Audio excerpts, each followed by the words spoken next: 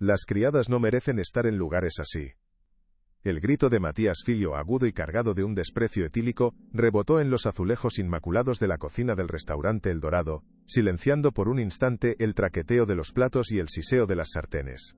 Luisa, que solo había ido a buscar un paño limpio, se quedó paralizada, no tanto por el insulto que ya había oído en 1000 variaciones a lo largo de su vida de servicio, sino por el odio puro y sin adulterar en los ojos del joven. Antes de que pudiera procesar la situación, antes de que pudiera retroceder un solo paso, él se abalanzó. El golpe fue seco, brutal y deliberadamente dirigido a su vientre. El aire se escapó de sus pulmones en un jadeo ahogado mientras el dolor, agudo y cegador, la envolvía. Cayó hacia atrás, su cabeza golpeando el suelo de baldosas con un ruido sordo, pero su único pensamiento, su única plegaria silenciosa en medio de la neblina de dolor, era para el pequeño ser que crecía en su interior. Comillas. Mi bebé, pensó, una lágrima de terror puro rodando por su sien mientras el mundo a su alrededor se disolvía en un caos de gritos y rostros borrosos. El lujo de los salones de arriba con sus arañas de cristal y sus conversaciones susurradas, parecía un universo paralelo, indiferente a la brutalidad que acababa de desatarse en sus entrañas. La escena que siguió fue una pesadilla surrealista, una coreografía del caos y la indiferencia. Mientras Luisa yacía en el suelo, luchando por respirar, un par de cocineros se apresuraron a ayudarla. Sus rostros una mezcla de pánico y furia impotente. Matías, por su parte, se tambaleó hacia atrás, una sonrisa torcida y satisfecha en su rostro, como si acabara de aplastar un insecto molesto. «Que alguien limpie esto», masculló, antes de darse la vuelta y salir de la cocina, dejando tras de sí una estela de conmoción y horror.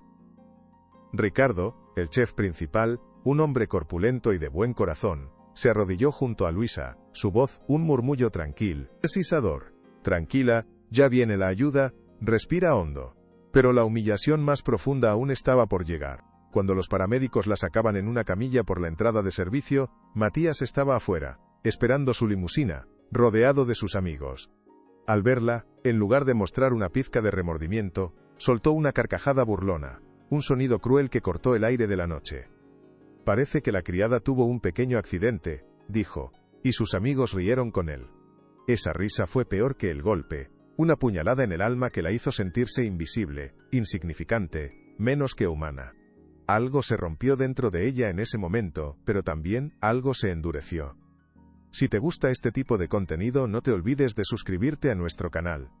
Publicamos videos todos los días y dale like al video si te gusta esta historia y déjanos en los comentarios contándonos de dónde eres y a qué hora nos escuchas. Prometemos que esta historia te mantendrá al borde de tu asiento, demostrando que la justicia, aunque a veces tarda, siempre encuentra su camino en las vidas de aquellos que luchan con el corazón lleno de verdad y coraje. Cada día traemos narrativas que exploran las profundidades de la naturaleza humana, los conflictos entre el bien y el mal, y la increíble resiliencia del espíritu. Tu apoyo nos permite seguir creando estas historias que, esperamos, no solo te entretengan, sino que también te inspiren y te hagan reflexionar sobre el mundo que nos rodea. Queremos construir una comunidad donde podamos compartir nuestras emociones y pensamientos sobre estos relatos, así que tu participación es muy importante para nosotros. Acompáñanos en este viaje y sé parte de nuestra familia de contadores de historias, donde cada like y cada suscripción es un aplauso que nos impulsa a seguir adelante, buscando siempre tocar tu corazón con el poder de una buena historia. En la fría y estéril habitación del hospital, el silencio era roto solo por el pitido monótono de las máquinas. Luisa se sentía desconectada de su propio cuerpo, flotando en una neblina de miedo y analgésicos. Cada vez que cerraba los ojos, veía el rostro de Matías contorsionado por la rabia, y sentía el eco del golpe en su vientre. Los médicos le habían dicho que el bebé, milagrosamente, parecía estar bien, pero que las próximas horas eran críticas. La palabra críticas era un martillo que golpeaba su mente una y otra vez. Se aferraba a esa pequeña esperanza con todas sus fuerzas, rezando a un Dios en el que no estaba segura de creer. Fue entonces cuando la puerta se abrió y entró él, Alejandro Montalvo. Su esposo. No era un hombre de grandes gestos ni de palabras efusivas, pero su presencia llenaba la habitación con una calma y una solidez que eran un bálsamo para el alma aterrorizada de Luisa. Se sentó a su lado, tomó su mano con una delicadeza que desmentía la fuerza que sabía que poseía, y simplemente se quedó allí, su silencio diciendo más que 1000 palabras. Estoy aquí, parecía decir. No estás sola. Para Luisa, en ese momento, eso era todo lo que necesitaba. La tormenta seguía rugiendo afuera, pero en esa pequeña habitación de hospital, había encontrado su ancla. Alejandro había llegado al hospital como un fantasma, eludiendo a la prensa que ya comenzaba a olfatear el escándalo. Su rostro, normalmente un lienzo de calma controlada, era una máscara de furia helada. Mientras Luisa dormía, agotada por la medicación y el trauma, él recogió sus pertenencias, que una enfermera había puesto en una bolsa de plástico. Su bolso, un sencillo bolso de tela, estaba roto, su contenido desparramado. Y allí, entre un monedero y unas llaves, lo vio. Un pequeño papel arrugado y manchado, casi destrozado por la brutalidad del ataque. Con manos que temblaban ligeramente, lo recogió y lo desdobló. Era la ecografía ***. La primera imagen de su hijo. Una mancha borrosa en blanco y negro que contenía todas las esperanzas y sueños del mundo. Mirar esa pequeña y vulnerable imagen de una vida que aún no había comenzado, profanada por un acto de violencia sin sentido, fue como si le clavaran un cuchillo de hielo en el corazón. La furia que había mantenido a raya se solidificó, convirtiéndose en una determinación fría y cortante como el acero. No lo saben, pensó, apretando la delicada imagen en su mano. No saben con quién se han metido. En ese instante, la guerra silenciosa de Alejandro Montalvo había comenzado. Luisa despertó con el suave toque de la mano de Alejandro en su frente. Abrió los ojos y lo vio allí, sentado a su lado, su rostro bañado por la pálida luz del amanecer que se filtraba por la ventana. Parecía no haber dormido en toda la noche. En sus ojos vio una mezcla de amor, dolor y una resolución de hierro que nunca antes había visto. ¿El bebé? Fue lo primero que preguntó, su voz un susurro ronco. Alejandro le dedicó una leve sonrisa, la primera que ella veía en lo que parecía una eternidad.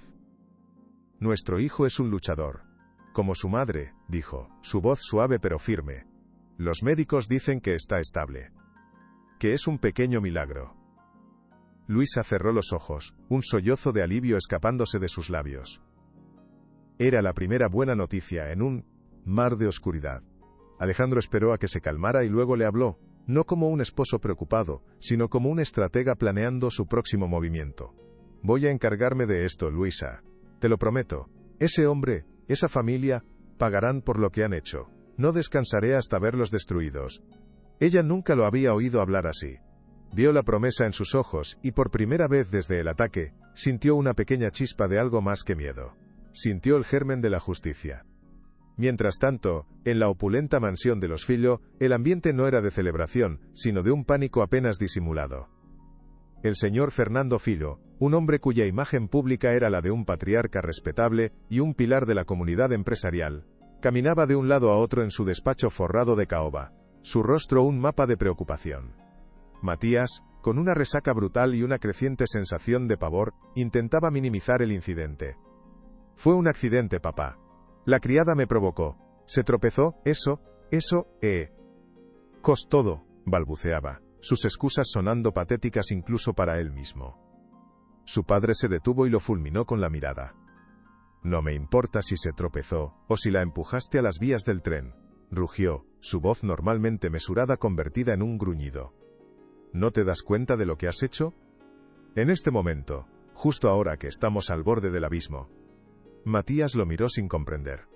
Fue entonces cuando su padre le lanzó una carpeta sobre el escritorio. Mira eso. Es el último informe de los auditores. Estamos en quiebra, Matías. La única razón por la que seguimos a flote es por mi reputación.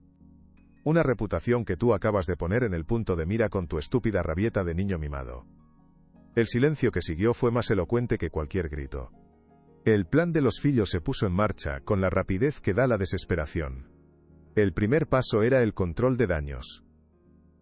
El señor Filho llamó a su abogado, el doctor Salazar, un hombre conocido por su falta de escrúpulos y su habilidad para torcer la verdad hasta hacerla irreconocible.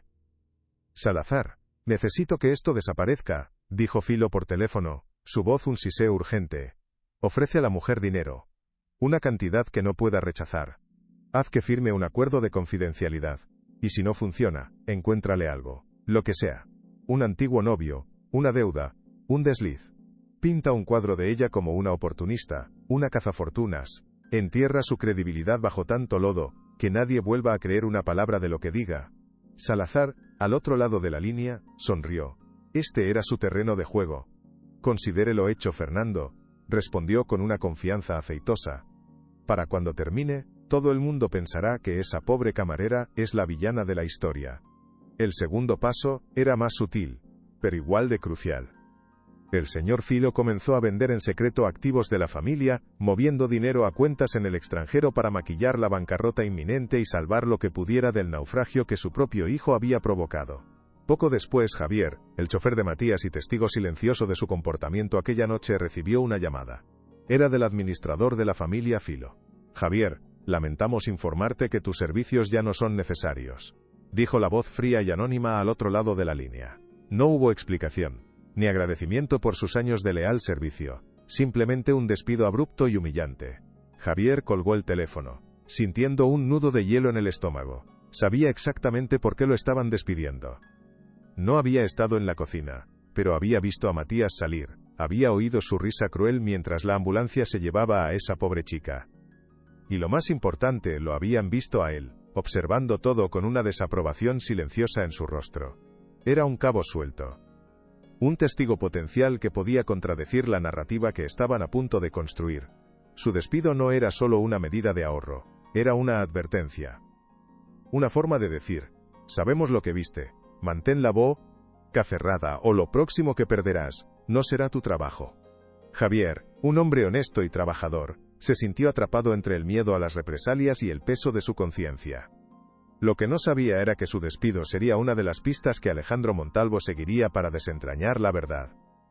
Alejandro, desde la discreción de su despacho, un centro de mando tecnológico que contrastaba con la opulencia vacía de la mansión Filio, comenzó a mover sus piezas en el tablero.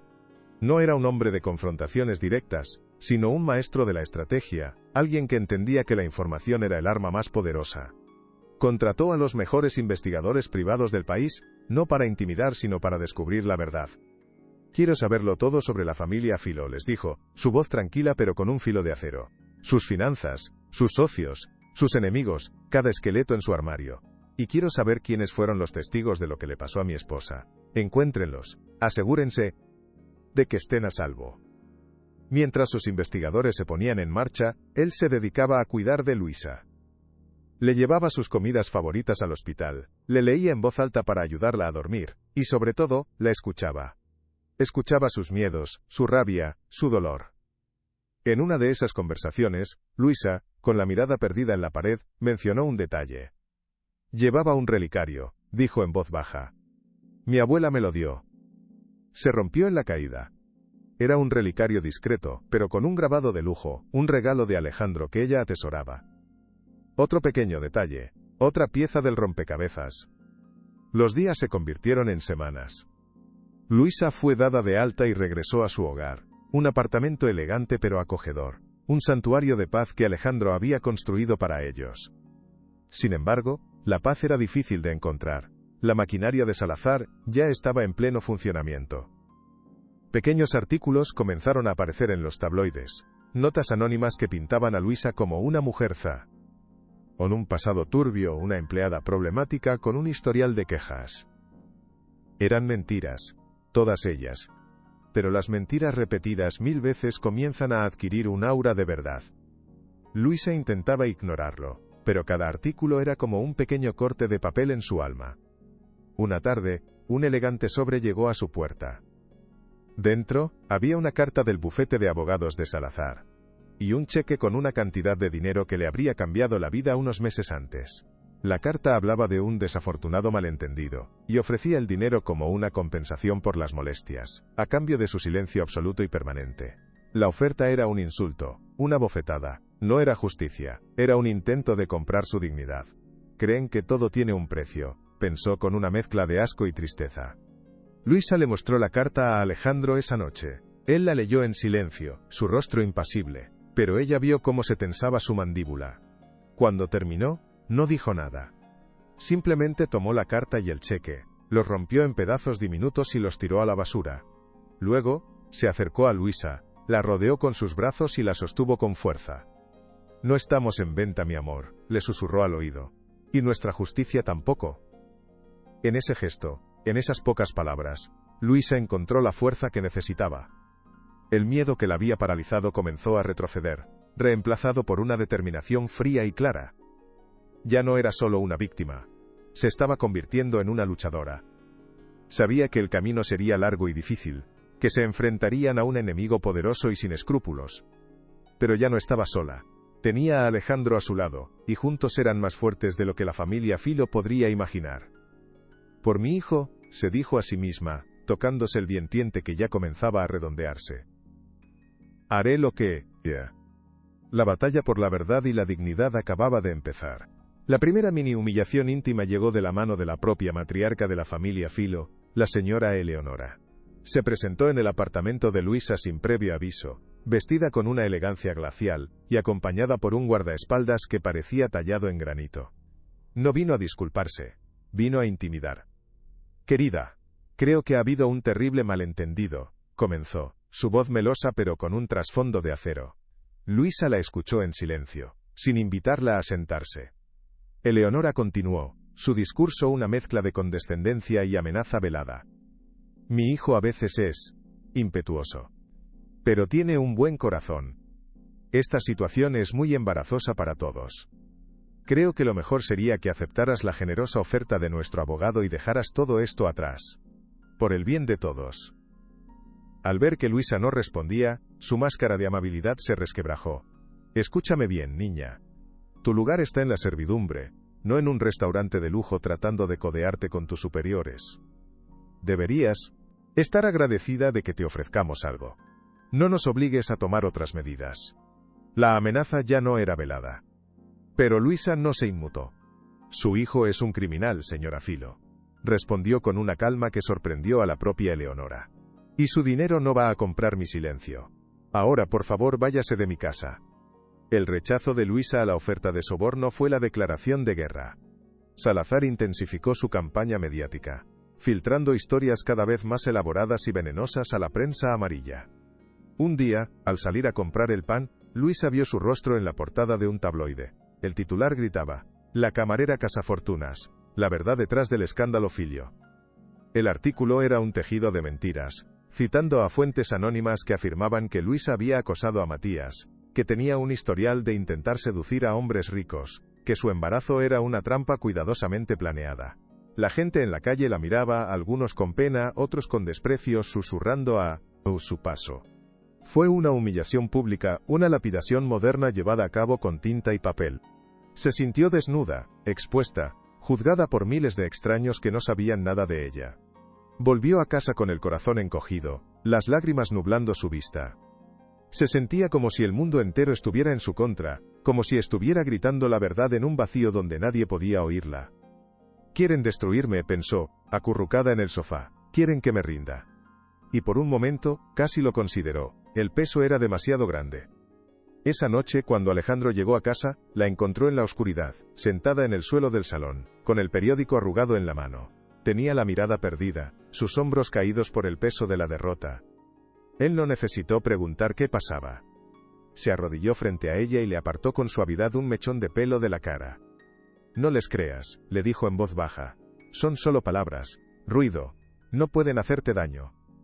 «Pero lo hacen, Alejandro», respondió ella, su voz quebrada. «Me están convirtiendo en un monstruo. La gente me odia. Siento que estoy perdiendo esta batalla antes de empezarla».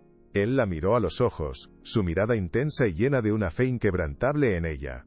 «Tú no eres lo que ellos dicen. Tú eres la mujer más valiente y digna que he conocido. Y no estás perdiendo. Estamos acumulando pruebas. Estamos construyendo nuestro caso. La verdad es un arma silenciosa, pero es la más poderosa de todas, y nosotros la tenemos de nuestro lado». Sus palabras eran un ancla en su mar de dudas, pero aún necesitaba algo más, un recordatorio tangible de por qué estaba luchando. Y Alejandro lo sabía. Él se levantó y fue a su estudio. Regresó unos momentos después con una pequeña caja de madera. Se sentó de nuevo junto a ella, y la abrió. Dentro, sobre un lecho de terciopelo azul, estaba la pequeña imagen en blanco y negro, ahora cuidadosamente aplanada y protegida por un plástico. Era la prueba de su pequeño milagro, la razón de toda su lucha. «Mira», dijo Alejandro, su voz llena de una emoción contenida. «Esto es lo único que importa. Esto es por lo que luchamos. No por el dinero, no por la venganza. Luchamos por él. Por su derecho a nacer en un mundo donde su madre es respetada, donde la justicia prevalece sobre la arrogancia. Luisa tomó la imagen con manos temblorosas. Mirar esa pequeña silueta, esa promesa de vida, tuvo un efecto inmediato. El ruido de los tabloides, las miradas de desprecio, las mentiras de Salazar, todo se desvaneció. Solo quedaba esa verdad fundamental. El amor de una madre por su hijo. Levantó la vista hacia Alejandro, sus ojos ya no llenos de lágrimas de secuete, desesperación, sino brillando con una nueva resolución. Tienes razón, dijo, su voz firme de nuevo. No me rendiré. Nunca. Algo había cambiado. La víctima había desaparecido, y en su lugar se alzaba una guerrera. El punto de inflexión llegó cuando uno de los investigadores de Alejandro localizó a Ricardo, el chef principal del restaurante. Al principio, Ricardo se mostró reacio a hablar. Había recibido amenazas anónimas, veladas advertencias sobre su familia y su carrera. Tenía miedo. Y con razón. Pero Alejandro no lo presionó. En su lugar fue a verlo en persona. No como un magnate poderoso, sino como el esposo de la mujer a la que Ricardo había intentado ayudar. No le pido que arriesgue todo por nosotros, le dijo Alejandro con una sinceridad desarmante. Solo le pido que cuente la verdad. Le garantizo que mi equipo y yo protegeremos a su familia. Nadie volverá a molestarlos. Ricardo miró a este hombre, tan diferente de los matones que lo habían amenazado, y vio en sus ojos la misma decencia que había visto en los de Luisa. Tomó una decisión. Yo estaba allí, dijo finalmente, su voz temblorosa al principio, pero ganando fuerza con cada palabra. Vi lo que ese monstruo le hizo, y estoy dispuesto a testificarlo bajo juramento. Ese fue el primer ladrillo sólido en el muro de la verdad que estaban construyendo. Un ladrillo que pronto se vería acompañado por otros. El segundo testigo clave fue Javier, el chofer despedido. Los investigadores lo encontraron trabajando en un taller mecánico, con las manos manchadas de grasa pero la conciencia limpia. Cuando le contaron que Alejandro Montalvo quería hablar con él, al principio pensó que era una trampa, pero la reunión se llevó a cabo en un lugar neutral, y Alejandro le habló con el mismo respeto que le había mostrado a Ricardo. Javier, aliviado por poder contar su historia a alguien que realmente quería escuchar, relató todo lo que vio y oyó esa noche. La arrogancia de Matías, su risa cruel, el despido injustificado. Pero aportó algo más. Recordó una llamada telefónica que Matías había tenido en el coche unas semanas antes del incidente. Una llamada tensa con su padre en la que se gritaban sobre la deuda insostenible y los auditores que hacían demasiadas preguntas. Era una pieza crucial del rompecabezas, la primera prueba externa de que la fachada de riqueza de los Filho era una farsa. Alejandro escuchó atentamente cada palabra de Javier confirmando sus sospechas. La red se estaba cerrando. No solo iban a por la agresión, iban a por todo el corrupto imperio Filho. La noticia de que Luisa Romero, representada por uno de los bufetes de abogados más prestigiosos del país, había presentado una demanda penal contra Matías Filho y una demanda civil contra toda la familia, cayó como una bomba en la alta sociedad. La estrategia de Salazar de pintar a Luisa como una oportunista de poca monta se vino abajo. Una verdadera cazafortunas habría aceptado el dinero. Una mujer que buscaba justicia, en cambio, iba a los tribunales. El caso se convirtió en la comidilla de la nación, dividiendo a la opinión pública.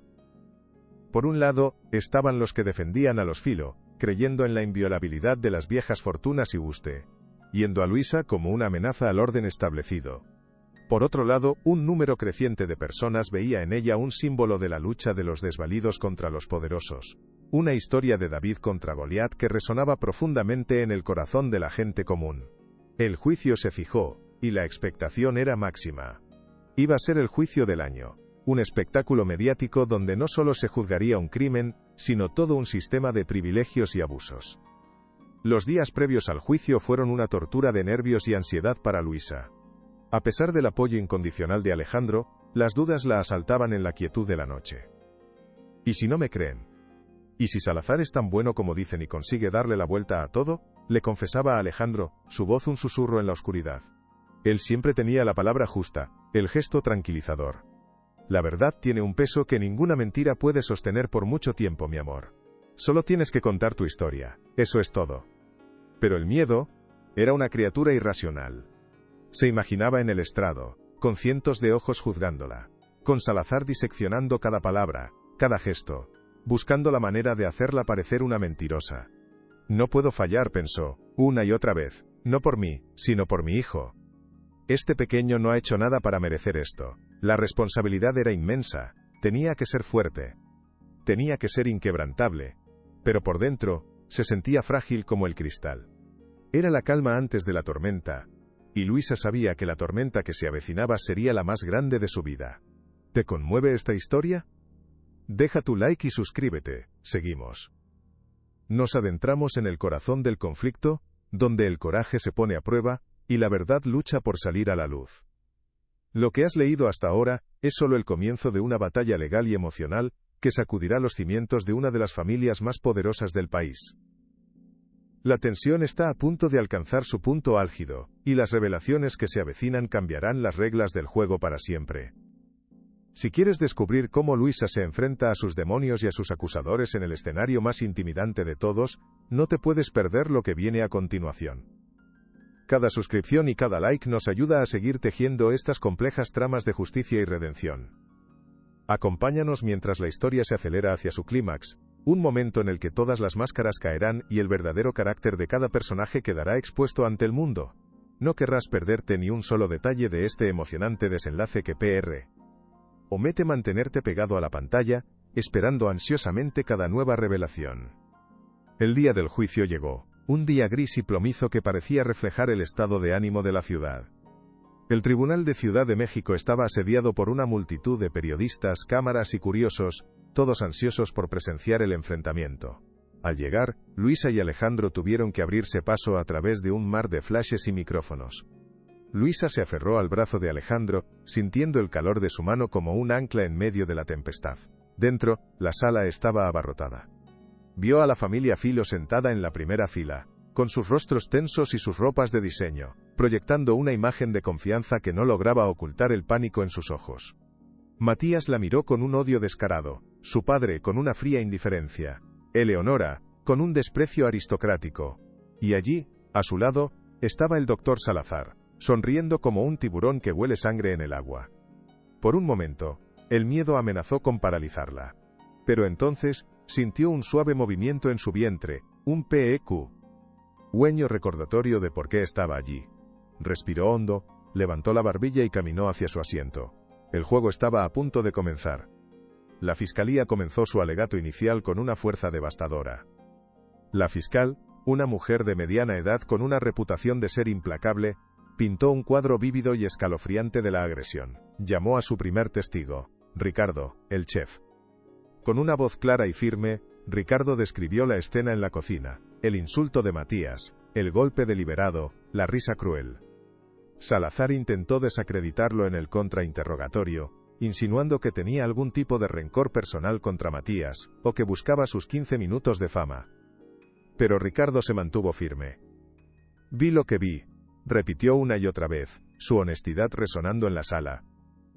Vi a un matón atacar a una mujer embarazada sin ninguna razón. El testimonio de Ricardo fue un golpe directo y certero. Se podía sentir un cambio en la atmósfera de la sala.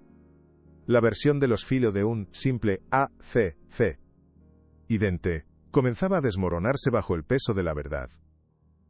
Luisa escuchaba, su corazón latiendo con fuerza. Por primera vez, sintió que no estaba sola en su verdad. Alguien más la había visto y estaba dispuesto a hablar. El siguiente testigo fue Javier, el chofer. Con una calma sorprendente, relató su experiencia, desde la actitud beligerante de Matías esa noche hasta su despido sumario. Pero la parte más dañina de su testimonio fue cuando relató la conversación que había oído sobre los problemas financieros de la familia. Oí al señor Filo gritarle a su hijo por teléfono que estaban al borde de la bancarrota, declaró. Salazar protestó vehementemente, argumentando que era irrelevante para el caso de agresión. Pero la fiscal replicó con astucia. Es relevante, señoría, porque establece un patrón de desesperación y engaño. Demuestra que la familia Filo tiene un poderoso motivo para silenciar a la señora Romero y evitar a toda costa un escándalo público que podría precipitar su ruina financiera. El juez, un hombre sabio y experimentado, permitió el testimonio. Fue otro golpe devastador. La imagen de los Filo como una familia rica y poderosa, víctima de una extorsión, se estaba resquebrajando, revelando una realidad mucho más sórdida. La de una familia desesperada, dispuesta a todo para mantener las apariencias. Lo más fuerte está por venir, quédate hasta el final. Cuando llegó el turno de la defensa, Salazar subió al estrado con toda la arrogancia de un hombre que cree tener un as bajo la manga.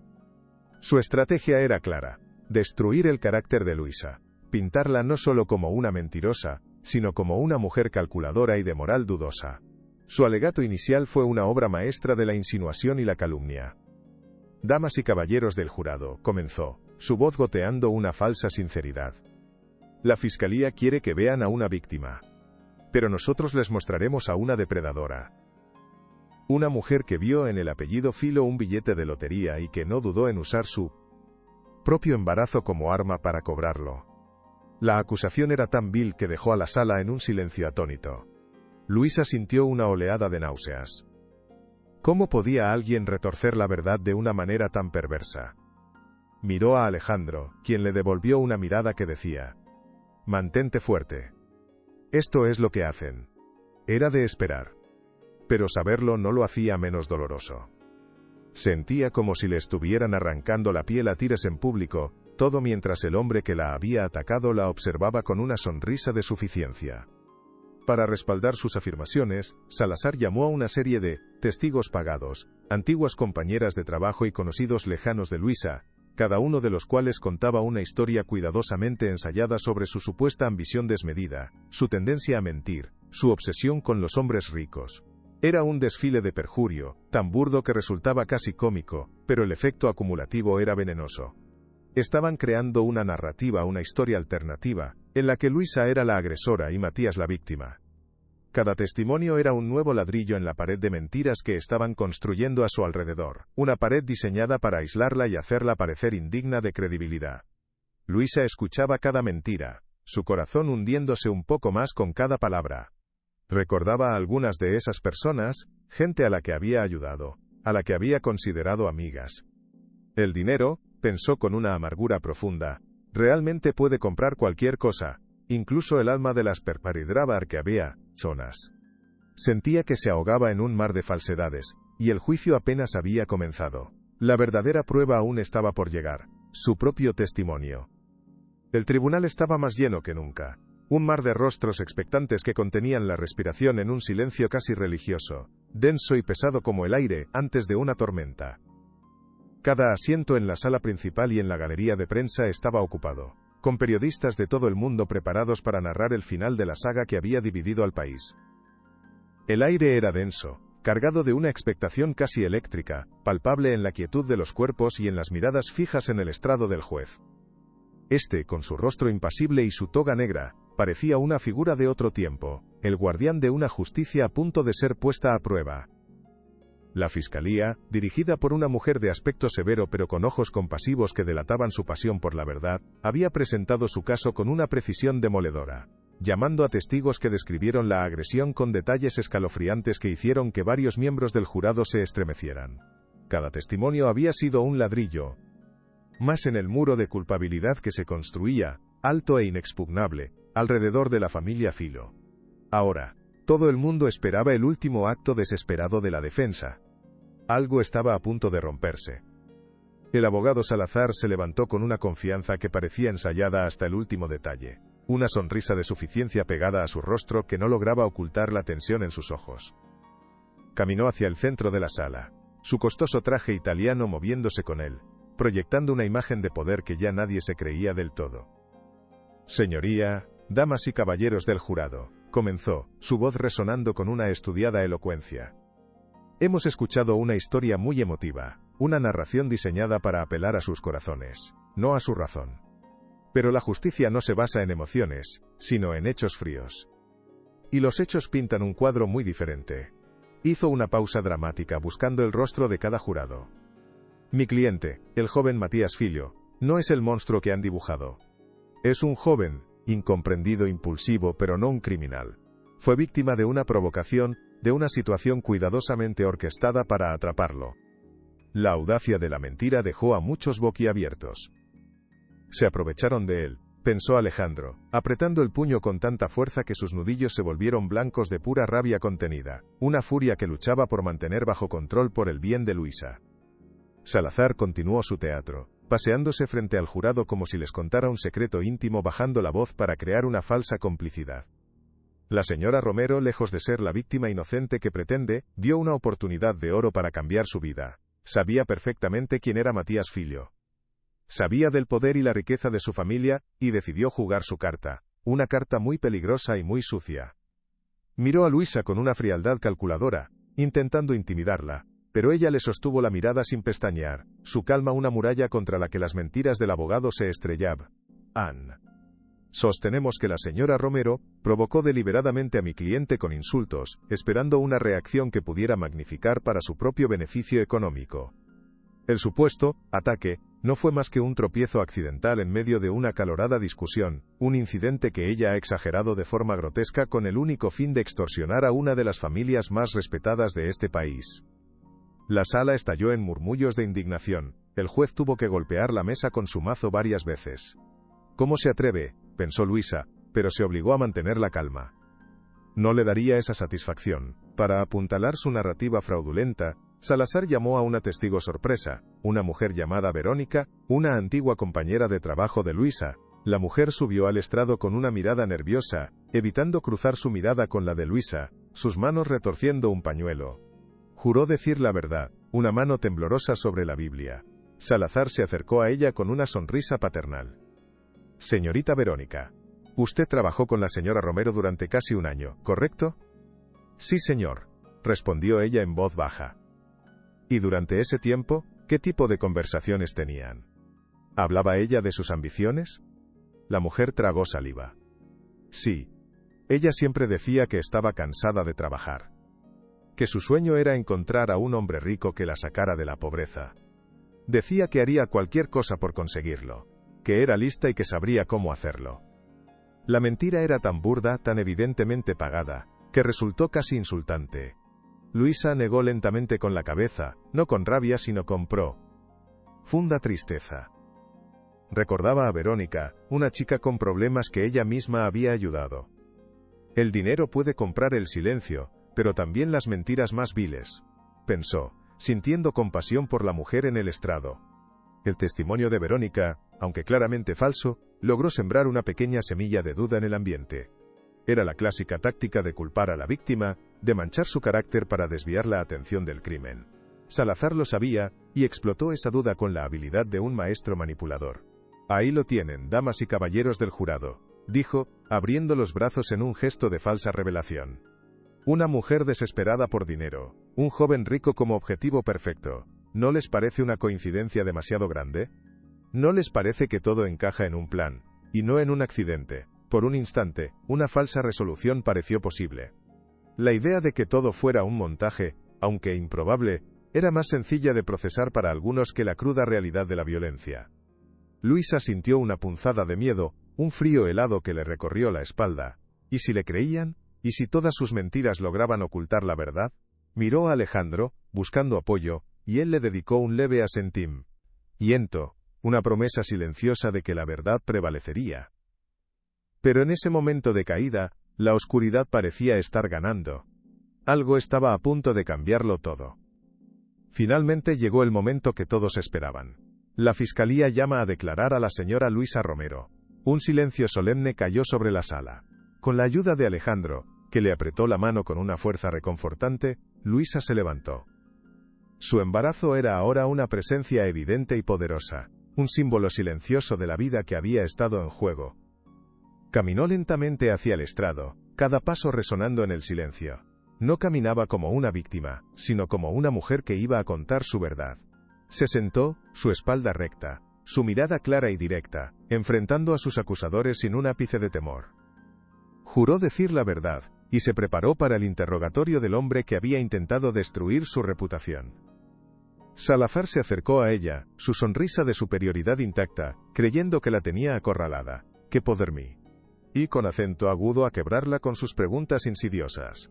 ¿No sabe con quién está tratando?, pensó Luisa, sintiendo una calma inesperada, una fuerza que emanaba de lo más profundo de su ser, una fuerza que no era solo suya. Estaba a punto de descubrirlo.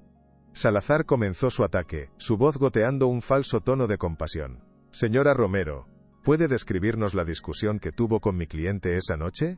La acalorada discusión que llevó al incidente. Luisa lo miró directamente a los ojos, su calma desarmándolo. No hubo una discusión, señor abogado. Hubo un monólogo de odio por parte de su cliente hacia mí, por el simple hecho de existir en su mismo espacio. La respuesta, firme y precisa, lo descolocó.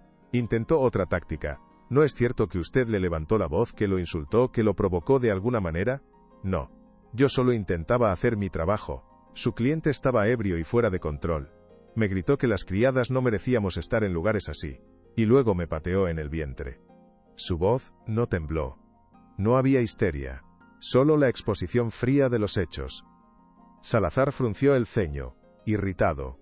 Usted afirma que temía por la vida de su hijo, pero ¿no es cierto que ha utilizado su embarazo como una herramienta para generar simpatía y aumentar la posible compensación económica? La crueldad de la pregunta hizo que la sala contuviera el aliento. Fue en ese momento cuando la fiscal se levantó. Protesto, señoría. El abogado está insultando a la testigo. Se sostiene, dijo el juez con dureza, fulminando a Salazar con la mirada. Haga preguntas pertinentes, abogado. Salazar, frustrado, cambió de rumbo, pero ya había cometido un error fatal. Le había dado a Luisa la apertura que necesitaba. La fiscal se acercó a ella con suavidad. Señora Romero, la defensa sugiere que su motivación es el dinero. Por favor, dígale al jurado cuál ha sido su verdadera motivación para soportar todo esto. ¿Qué le ha dado la fuerza para seguir adelante? Luisa hizo una pausa, mirando por un instante a Alejandro, que le dedicó una leve sonrisa de apoyo. Luego, su mirada se posó en cada uno de los miembros del jurado, conectando con ellos, hablándoles no como una testigo sino como una madre. Su voz, clara y firme, llenó cada rincón de la sala y capturó la atención de todos, preparándolos para la verdad que estaba a punto de revelar, una verdad que desmantelaría cada mentira construida en su contra. Al principio, fue el miedo, comenzó. Un miedo tan profundo que me paralizaba, un terror a perder a mi bebé, lo único que realmente me importa en este mundo. Miedo de las amenazas, de su poder, de su dinero, miedo de que nadie me creyera, de que me aplastaran como a un insecto. Hizo una pausa, tomando aire. Pero luego, ese miedo se transformó. Se convirtió en rabia, una rabia que nunca había sentido, una rabia justa y poderosa. Y esa rabia se convirtió en determinación. Su voz se fortaleció con cada palabra, su convicción resonando en el silencio. Determinación para que la vida de mi hijo no comenzara con una injusticia. Determinación para que nadie, absolutamente nadie, tuviera que pasar por lo que yo pasé. Determinación para demostrar que la dignidad no tiene precio, y no se puede comprar ni pisotear.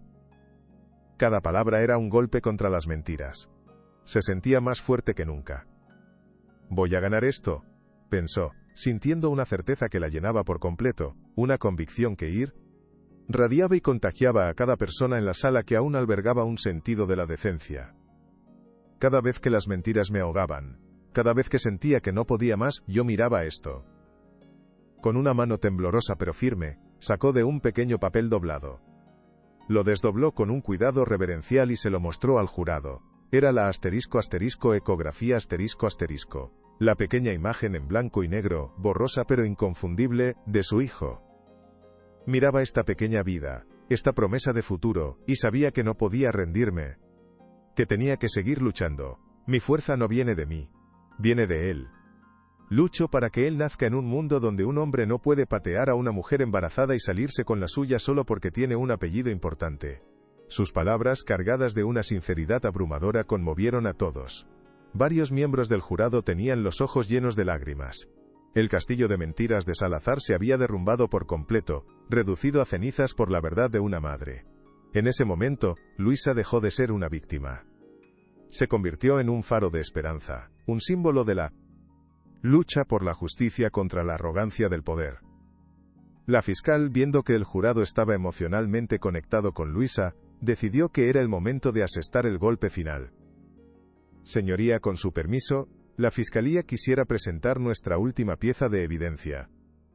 Una que corrobora no solo la agresión, sino el carácter y la falta total de remordimiento del acusado. El juez asintió. Las luces de la sala se atenuaron y una gran pantalla descendió del techo. Lo que apareció en la pantalla dejó a todos helados. Era un vídeo, grabado con una cámara oculta semanas después del incidente en un club nocturno. Se veía a Matías Filho, rodeado de sus amigos, riendo a carcajadas. Le di una pequeña lección para que aprendiera cuál es su lugar, se jactaba. Además, mi padre lo arreglará todo, siempre lo hace.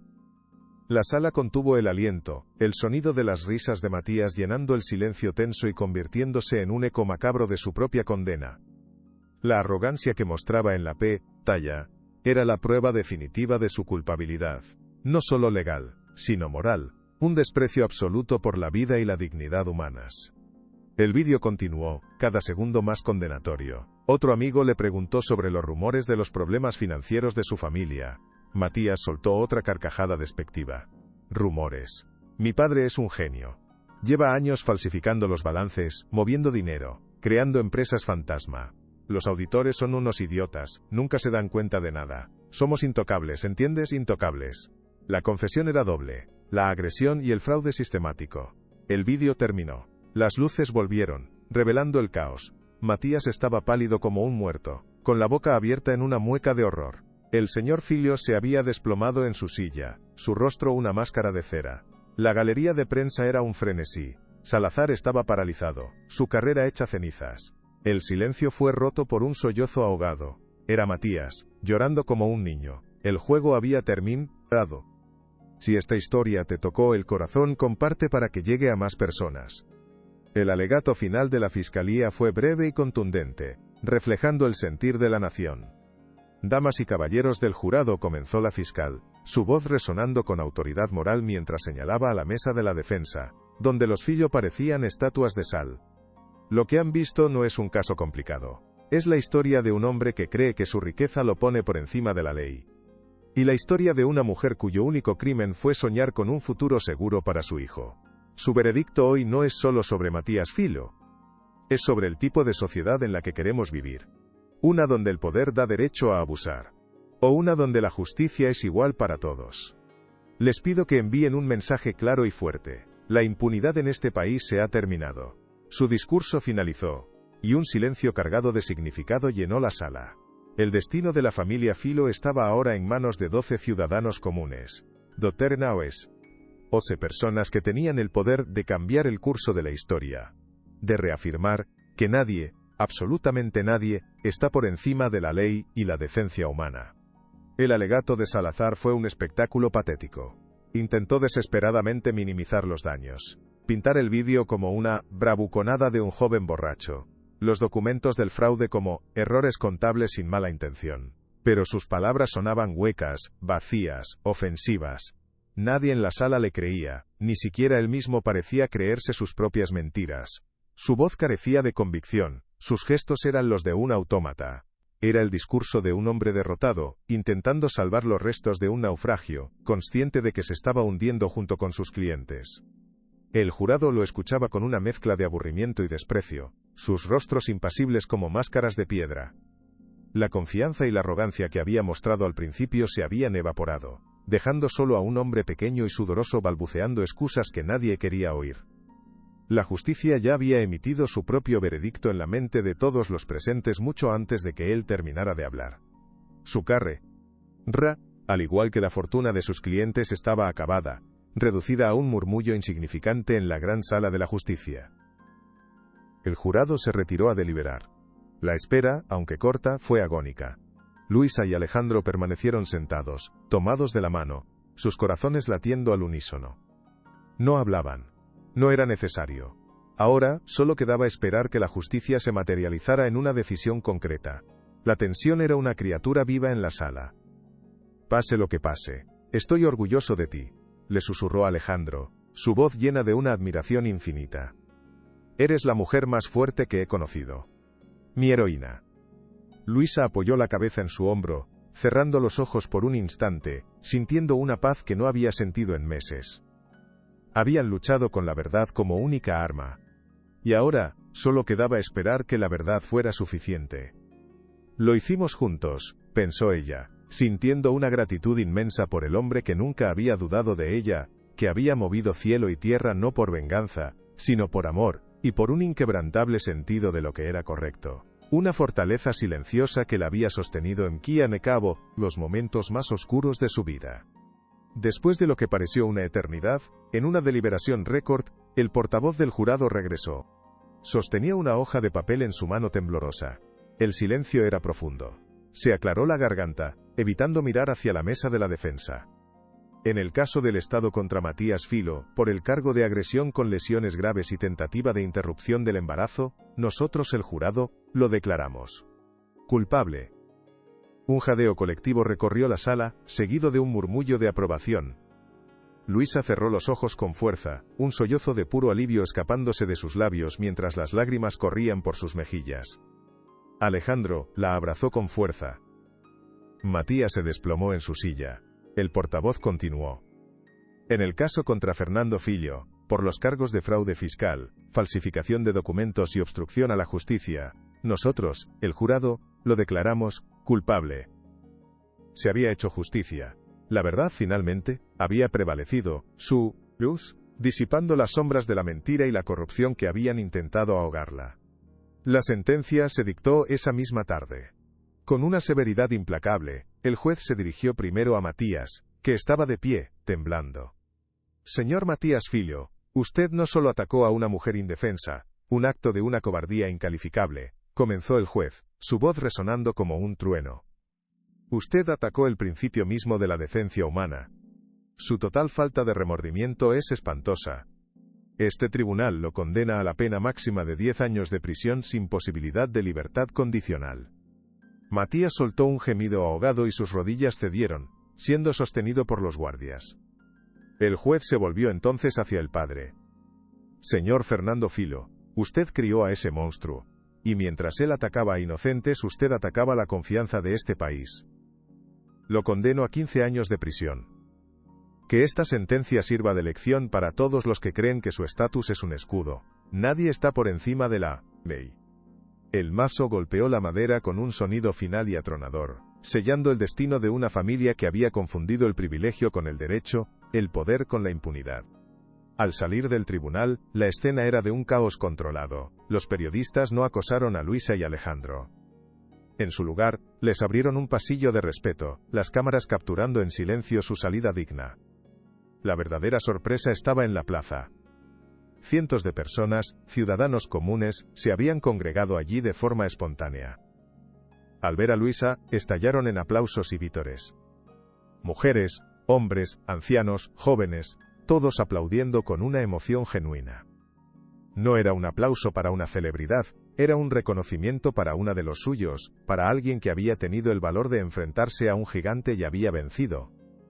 Una mujer mayor, con el rostro surcado de arrugas, se acercó y le entregó a Luisa una pequeña flor blanca. Gracias, le dijo con los ojos llenos de lágrimas. Gracias por darnos esperanza a todas nosotras. Luisa, abrumada por la emoción, solo pudo sonreír y asentir, aceptando la flor como un símbolo de su lucha compartida, una lucha que había trascendido su experiencia personal para convertirse en la de muchos. Los aplausos no eran solo para ella, eran para la idea que representaba, la esperanza de que, a veces, David realmente puede vencer a Goliat. La esperanza de que la justicia, aunque a veces tarda, al final, encuentra su camino. En medio de la multitud, rodeada por el amor de su esposo y el apoyo de su gente, Luisa sintió que por fin podía respirar, que el peso que había llevado sobre sus hombros durante tantos meses, finalmente se había disipado. La pesadilla había terminado. El miedo se había ido, reemplazado por una sensación de paz y propósito. Miró a Alejandro, cuyo rostro reflejaba un orgullo y un amor infinitos, y supo que no estaba sola. Nunca más estaría sola. Juntos, habían enfrentado la tormenta y habían salido del otro lado, más fuertes y más unidos. Un nuevo día, lleno de luz y de posibilidades, estaba a punto de comenzar para ella y su hijo. Un futuro construido sobre los cimientos de la verdad y el coraje. La vida, a pesar de todo, le estaba dando una segunda oportunidad, una que planeaba aprovechar al máximo, no solo para ella, sino para todos aquellos que seguían luchando en silencio. Esta victoria no era solo personal. se había convertido en un momento de catarsis para una comunidad que se sentía oprimida. La historia de Luisa resonó en miles de hogares, inspirando conversaciones sobre la desigualdad y el abuso de poder. Su coraje se convirtió en un catalizador, animando a otras personas que habían sufrido injusticias a buscar ayuda. Las organizaciones de apoyo a víctimas recibieron un aumento sin precedentes en llamadas. El nombre de Luisa Romero dejó de ser el de una simple camarera para convertirse en un sinónimo de resistencia. Su lucha había expuesto la podredumbre detrás de la fachada de riqueza de los Filo, pero también había revelado la inmensa capacidad de la gente común para unirse y exigir un cambio. Lo que comenzó como un acto de violencia brutal se había transformado, gracias a su determinación, en un movimiento de esperanza que prometía un futuro más justo, un legado que su hijo un día conocería con orgullo. Tu madre cambió el mundo un poquito para mejor, le diría Alejandro años después, y sería la verdad más absoluta de todas. Meses después, en una tarde soleada de primavera, el llanto de un bebé sano y fuerte llenó la habitación del hospital, un sonido que era música celestial. Alejandro Montalvo Romero había llegado al mundo, un pequeño milagro nacido de la tormenta. Tenía los ojos oscuros de su padre, una promesa de determinación. Su piel era suave, sus diminutas manitas se aferraban con una fuerza sorprendente al dedo de su madre. Luisa lo sostenía en brazos, maravillada por la perfección de su pequeño ser, sintiendo el calor de su cuerpo contra el suyo. Era un momento de una alegría tan pura que borraba todas las cicatrices. Alejandro la miraba con adoración infinita. «Lo logramos, mi amor», susurró él, su voz rota por la emoción, besando la frente de su esposa y luego la de su hijo. «Lo logramos juntos». Habían navegado por el infierno, y habían llegado a un puerto seguro. Su familia, esa que había estado a punto de ser destruida, ahora era una realidad tangible, más fuerte y unida que nunca, protegida en una burbuja de paz. El final de la pesadilla se materializó con la caída del Imperio Filo. Su nombre, antes sinónimo de poder, se convirtió en una palabra prohibida, un recordatorio vergonzoso de que la impunidad tenía fecha de caducidad. Sus activos fueron liquidados en subastas públicas. La imponente mansión, con sus lámparas de araña, fue vendida a un consorcio que planeaba convertirla en un museo sobre la corrupción. Sus coches de lujo, obras de arte y joyas, todo fue vendido para pagar a los acreedores estafados y para financiar la sustancial compensación otorgada a Luisa. La justicia no solo fue penal, sino también poética. El dinero que usaron para humillar ahora, servía para reparar. En paralelo, el restaurante El Dorado no pudo sobrevivir al escándalo. La mancha en su reputación era imborrable. Ya no veían lujo en sus salones dorados, sino la sombra de la violencia. Cerró sus puertas meses después, sumido en la bancarrota y el oprobio. El legado de los Filo era la ruina, su memoria, una advertencia para todos aquellos que creían que el dinero podía comprarlo todo, incluso el alma. De las cenizas de la injusticia nació la esperanza para quienes hicieron lo correcto. Ricardo, el valiente chef cuyo testimonio fue crucial, recibió una llamada de Alejandro Montalvo.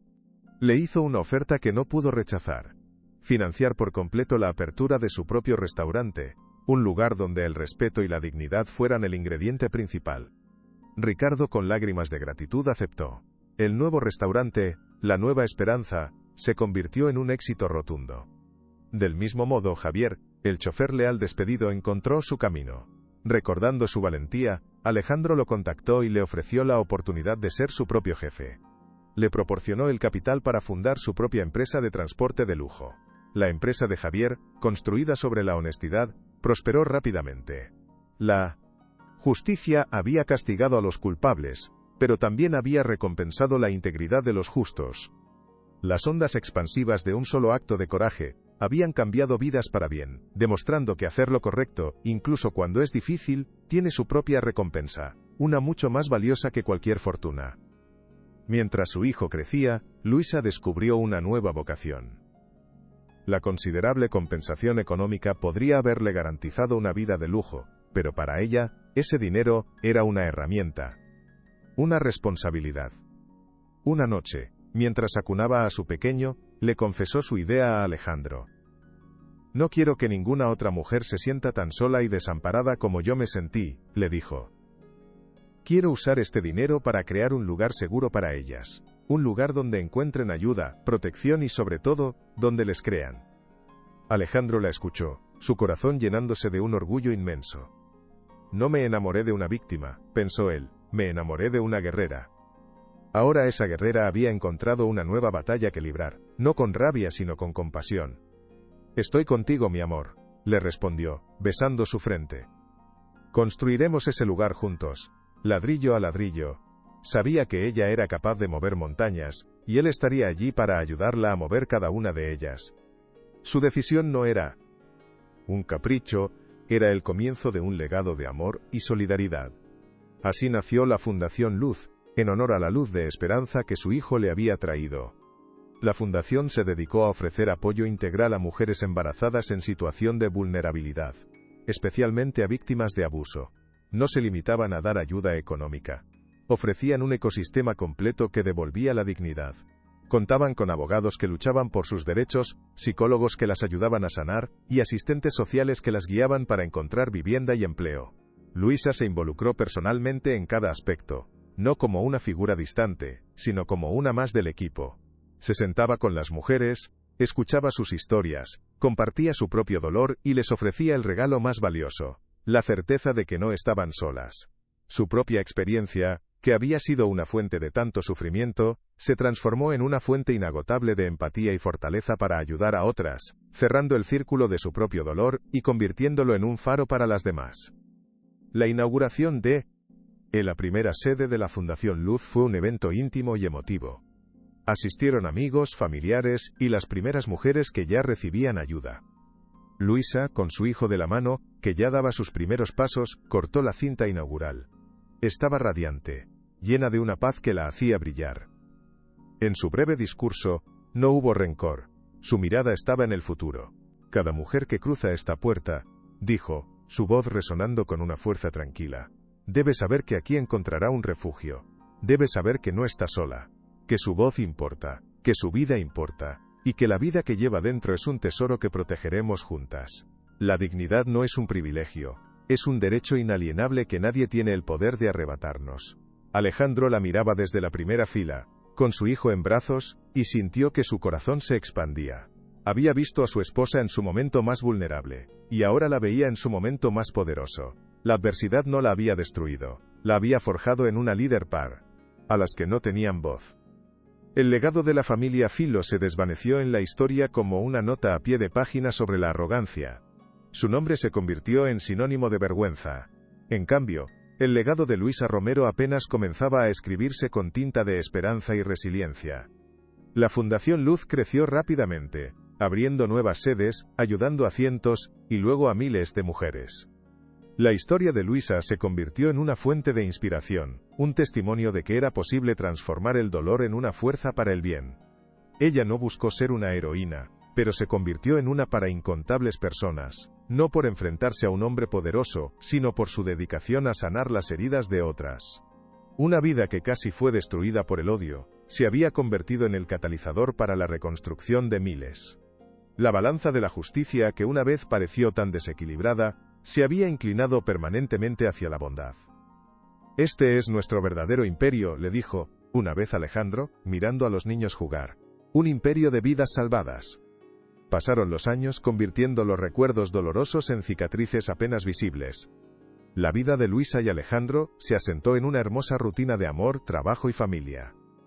Su hogar no era una fortaleza de lujo, sino un santuario de paz y risas.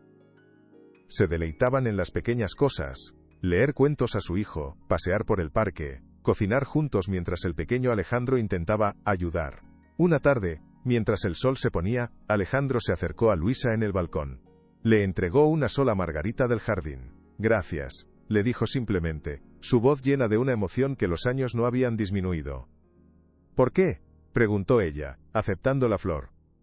Por enseñarme cada día lo que significa ser fuerte. Por construir todo esto conmigo. Por ser tú.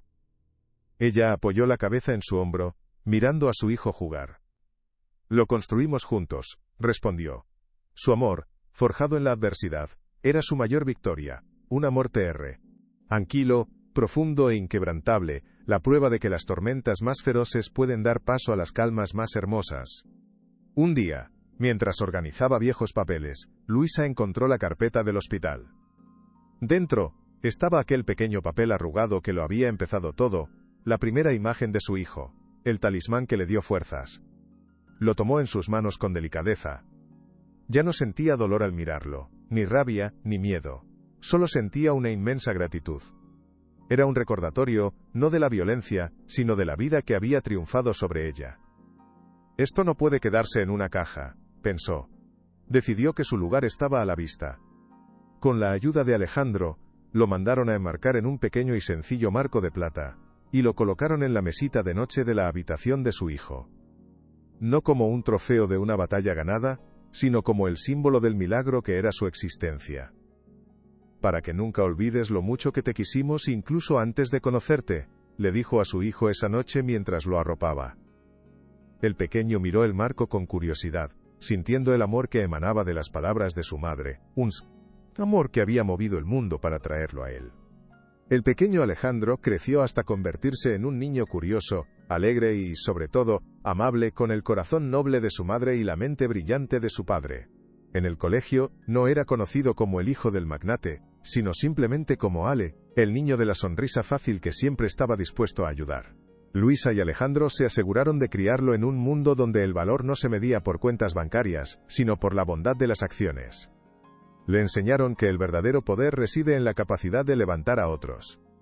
Mientras tanto, el Imperio Montalvo, bajo la dirección de Alejandro, siguió creciendo, pero guiado por una nueva filosofía de responsabilidad corporativa. A menudo cuando se enfrentaba a una decisión difícil se preguntaba qué haría Luisa. Su amor y admiración por ella se habían convertido en su brújula moral. Juntos, formaban un equipo formidable, equilibrando poder y compasión, demostrando que su unión era la mayor de sus fortalezas. Un día, durante una visita a la fundación, Luisa vio a una joven madre acunando a su bebé recién nacido. La mujer le sonrió con una gratitud que no necesitaba palabras. En sus ojos, Luisa vio su propio reflejo, el de la mujer asustada que había sido años atrás. Pero ahora, también veía la esperanza y la seguridad que esa mujer y su hijo tenían por delante, gracias a la red de apoyo que ella había construido. Se acercó y le tocó suavemente el hombro. «Es precioso», le dijo. La joven madre asintió, las lágrimas brillando en sus ojos. «Gracias a usted, él tendrá una vida que yo nunca pude soñar. Nos ha salvado». Luisa simplemente sonrió. «No he sido yo, hemos sido todas nosotras, juntas». En ese momento entendió la verdadera dimensión de su legado. No se trataba de edificios ni de dinero. Se trataba de esa cadena invisible de solidaridad, de la fuerza que nace cuando la compasión vence al odio.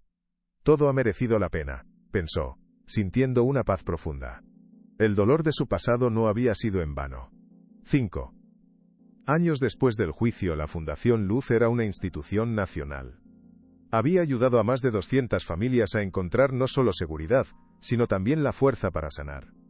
Luisa, ya no la tímida empleada, se había transformado en una líder carismática, una defensora incansable de los derechos de las mujeres.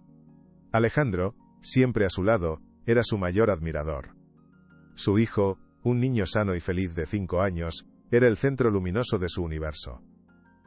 A veces, con la curiosidad propia de un niño, cogía el pequeño marco de plata de su mesita de noche. Miraba con sus ojos grandes y oscuros aquella primera imagen borrosa que lo cambió todo. No entendía la historia completa detrás de esa foto, pero sentía su importancia en la forma en que sus padres la miraban. Para él, era una imagen de cuando estaba en la barriguita de mamá. Para ellos, era el símbolo de su victoria, la prueba irrefutable de que la verdadera riqueza no se hereda. La verdadera riqueza se construye cada día con integridad, se defiende con coraje y se mide por el amor que se comparte.